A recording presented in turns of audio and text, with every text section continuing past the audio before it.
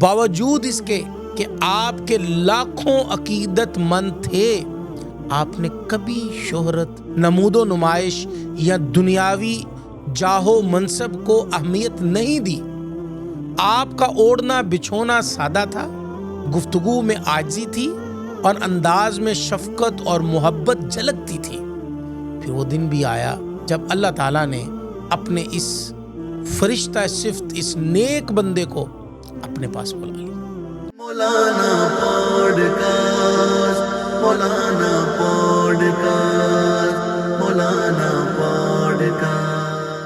السلام علیکم ورحمۃ اللہ وبرکاتہ۔ ناظرین کرام، آپ دیکھ رہے ہیں دین اور دنیا ایک ساتھ ود مولانا پوڈکاسٹ۔ میں ہوں آپ کا ہوسٹ محمد ابو بکر۔ ناظرین، آج ہم ایک ایسی عظیم اور ہمہ جہد شخصیت کا تذکرہ کرنے جا رہے ہیں جن کی زندگی علم و عمل، اخلاص و تقوی اور دعوت و اصلاح کا روشن نمونہ تھی۔ ایک ایسا نام جس نے دنیاوی تعلیم کے اعلیٰ مدارج طے کر رکھے تھے، اور دنیاوی تعلیم کے اعلیٰ مدارج طے کرنے کے بعد خود کو مکمل طور پر دین اسلام کی خدمت کے لیے وقف کر دیا۔ آج ہم بات کر رہے ہیں حضرت پیر ذوالفقار احمد نقشبندی رحمۃ اللہ علیہ کی۔ حضرت پیر ذوالفقار احمد نقشبندی رحمۃ اللہ علیہ کا تعلق پاکستان کے شہر جنگ سے تھا۔ اللہ تعالیٰ نے آپ کو ابتدا ہی سے غیر معمولی ذہانت، فہم، فراست اور دین کی طرف رغبت عطا فرمائی۔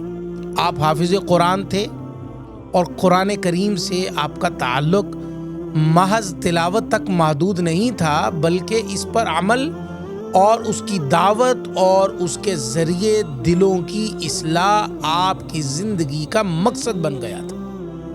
دنیاوی اعتبار سے دیکھا جائے تو آپ ایک اعلیٰ تعلیم یافتہ انجینئر تھے، مگر اللہ تعالیٰ نے آپ کے دل میں جو تڑپ رکھی تھی وہ محض دنیا کمانے کی نہیں بلکہ دین کو زندہ کرنے کی تھی۔ چنانچہ ایک وقت آیا جب آپ نے دنیاوی مصروفیات کو پس پش ڈال کر مکمل طور پر دین، اصلاح نفس اور دعوت کے کاموں کو اپنا لیا۔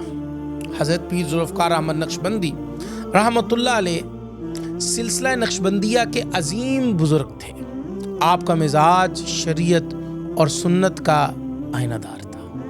آپ تصوف کو شریعت سے جدا نہیں سمجھتے تھے، بلکہ فرماتے تھے کہ اصل تصوف وہی ہے جو انسان کو اللہ اور اس کے رسول صلی اللہ علیہ وسلم کی کامل اطاعت پر لے آئے۔ آپ کے بیانات، مجالس اور اصلاحی نشستوں میں نفس کی اصلاح، گناہوں سے توبہ، اخلاص، تقوی اور اخلاق حسنہ پر خاص زور دیا جاتا تھا۔ آپ کی زندگی کا ایک بڑا پہلو یہ بھی تھا کہ آپ نے ہزاروں نہیں بلکہ لاکھوں لوگوں کی اصلاح فرمائی۔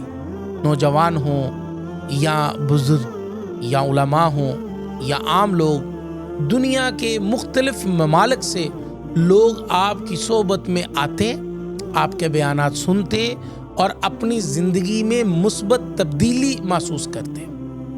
بے شمار افراد نے آپ کے ہاتھ پر توبہ کی، نمازوں کی پابندی اختیار کی، گناہوں کو چھوڑا اور دین سے جڑ گئے۔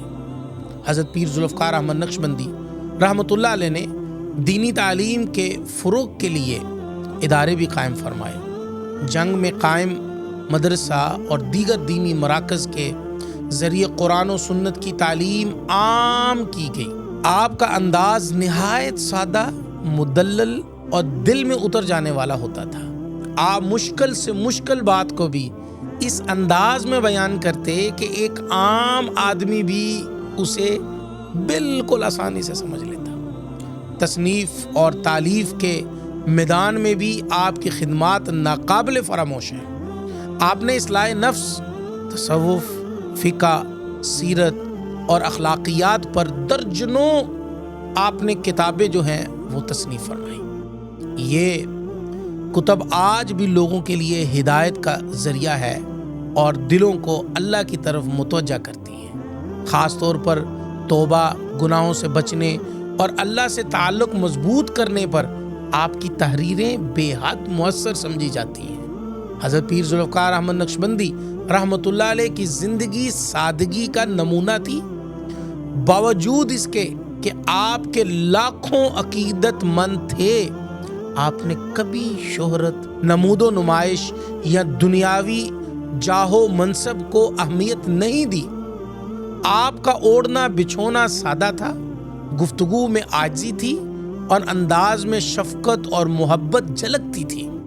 پھر وہ دن بھی آیا جب اللہ تعالیٰ نے اپنے اس فرشتہ صفت، اس نیک بندے کو اپنے پاس بلا لیا۔ آپ کی وفات پر پورے ملک بلکہ دنیا بھر میں غم کی لہر دوڑ گئی۔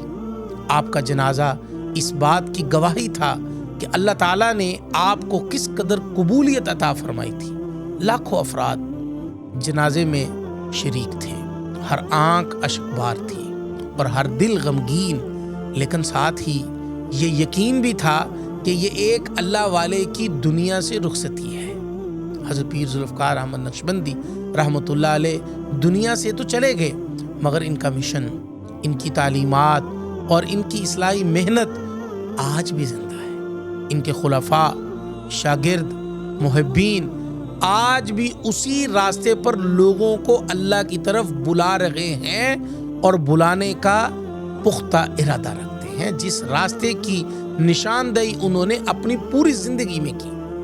آخر میں ہم اللہ تعالیٰ سے دعا کرتے ہیں کہ اللہ تعالیٰ حضرت پیر ذوالفقار احمد نقشبندی رحمۃ اللہ علیہ کی کامل مغفرت فرمائے، ان کے درجات بلند فرمائے اور ہمیں ان کی زندگی سے بہت سارے سبق حاصل کرنے کی توفیق عطا فرمائے۔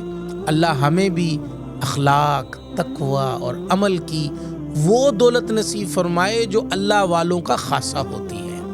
اور آخر میں یہ عرض کرنا چاہوں گا کہ جیسا کہ سوشل میڈیا کا دور ہے، ہر شخص اسی تنقید کے اوپر لگا ہوا ہے کہ جنازے میں لیٹ ہو گیا، پہلے 11 بجے کا ٹائم تھا، 11 بجے کا پہلے ٹائم تھا، پھر اس کو ٹائم کو بڑھا کر 2 بجے کا کر دیا گیا، پھر جنازہ جا کر 3:30 ہوا۔